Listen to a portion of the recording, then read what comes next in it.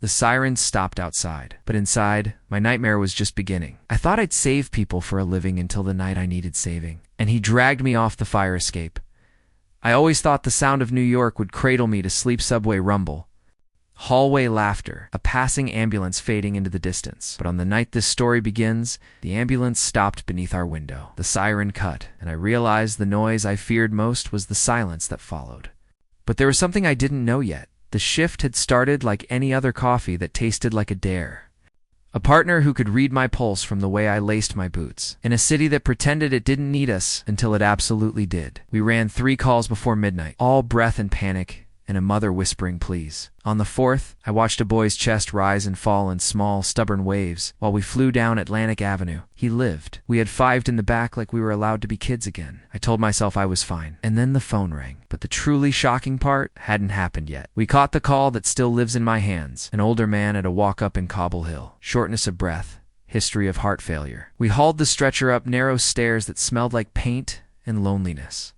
His wife tried to joke about the Mets, and I pretended I followed baseball. When his eyes flickered, I pressed the pads to his chest and counted out loud so I wouldn't drift. He left our world on the 3rd shock. When I told his wife, she touched my sleeve like I was the only thing still attached to the earth. I said I was sorry. She kept saying thank you as if that could undo the math. I signed a form with a hand I didn't recognize.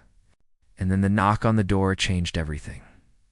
Back at my apartment in Brooklyn, the lock clicked behind me and my body did what it always does.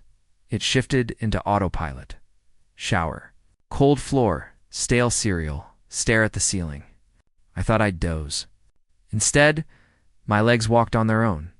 I pushed open the window, stepped onto the fire escape, and sat where the city looks like a tilted chessboard. My palms shook so loud it felt like the neighbors could hear. I wasn't trying to be dramatic. I was trying to be small. That's where Chris found me. But there was something I didn't know yet. And this is where everything turned upside down, Jake. He said, voice careful, like he'd found a sleeping dog. He wore scrubs and a hoodie, hair still damp from a fast shower, eyes that could catalog chaos and still look gentle. We'd only been roommates a month. He was a medical resident who kept hours like the moon there, not there, always around. I meant to say I'm fine. What I said was, don't call anyone. He nodded. He didn't reach for me. He sat 2 steps below, palms open on his knees, and stared out at a water tower, like it might offer a consult. Were you up? I asked, though I could see his bedroom light behind us. I was charting, he said.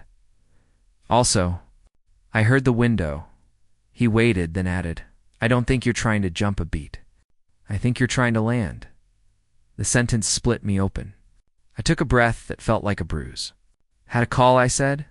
He didn't make it. I'm sorry, Chris said. Like a real apology, no frosting, no medicine. He leaned back against the rail. You want to tell me his name? I don't know if that's allowed, I said. I don't know what's allowed anymore. We sat until my heartbeat learned the rhythm of the street again. He stood first.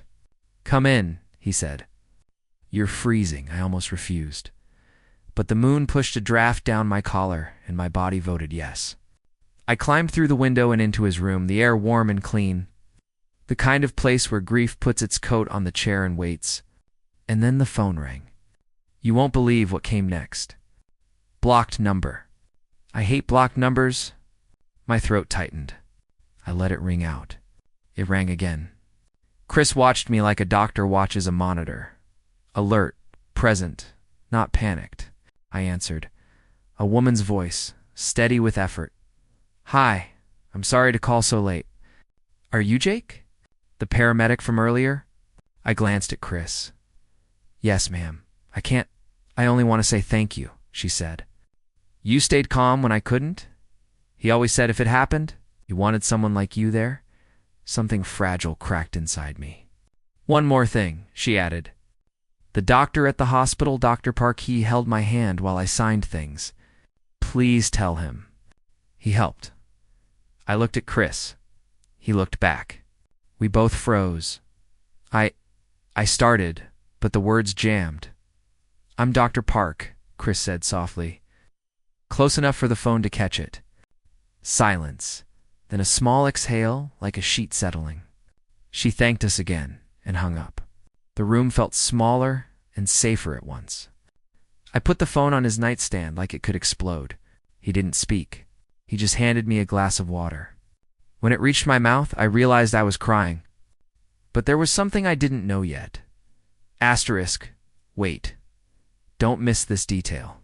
Jake, Chris said, and my name sounded like a place to sit. You're allowed to sleep here if you want.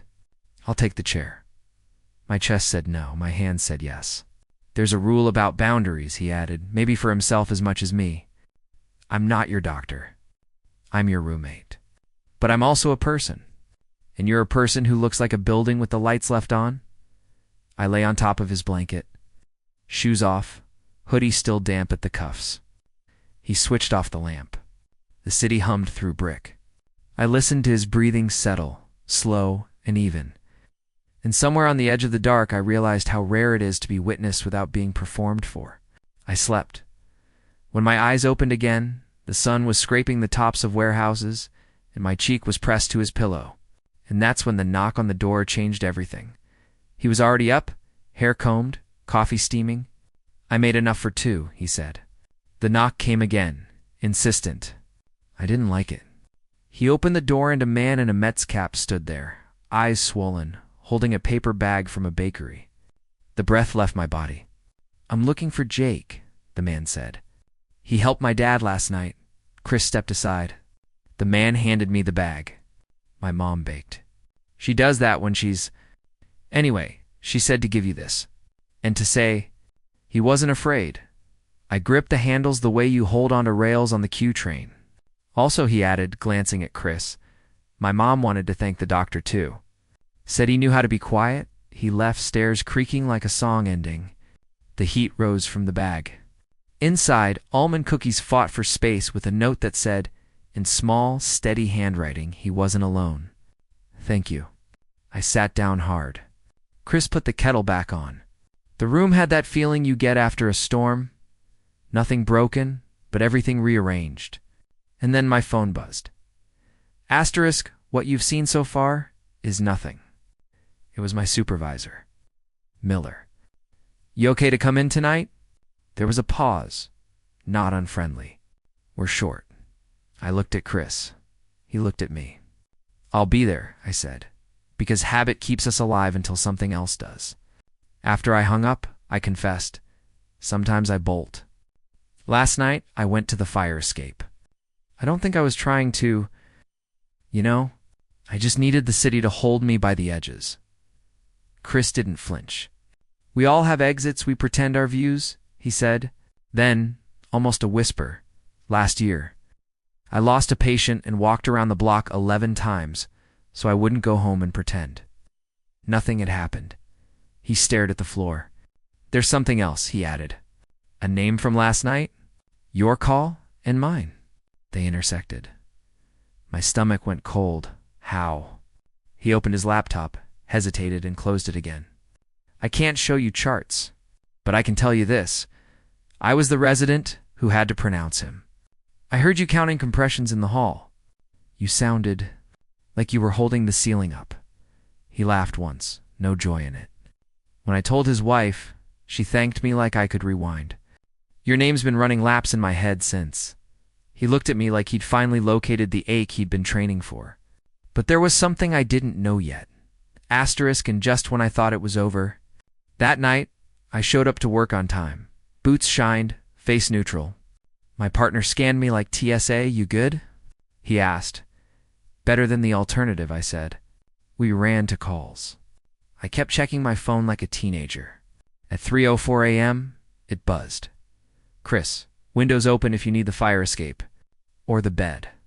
I'll take the chair. I smiled at a wall. My partner said, who's making you smile? I'll buy him a beer. He's a doctor, I said. He'll need something stronger. Half an hour later, dispatch lit us up. Bronx transfer, long ride, nothing dramatic. We got back as the eastern sky went gray. I walked into our place and straight to his room because sometimes healing looks like repetition with a better witness. He was awake, reading. How was it? He asked. Quiet, I said. He nodded like quiet was a diagnosis. I didn't bother with the chair. He didn't bother pretending he'd sleep in it. I lay down. He sat on the floor with his back against the bed, our shoulders near enough to count. "There's a thing," I said into the half-dark. An image I can't shake. The way his wife said thank you. Like, I should know what to do with it. "Maybe you do," he said. "What's that?" "Let it be a seed, not a stone." He said it like he'd rehearsed in another life. The room got heavier and kinder at the same time. "Jake, I don't want to cross lines, but I also don't want to pretend I'm not here." I rolled to face him. He looked up, that eyes like lanterns look. "What line?" I asked, and my voice didn't shake like I expected.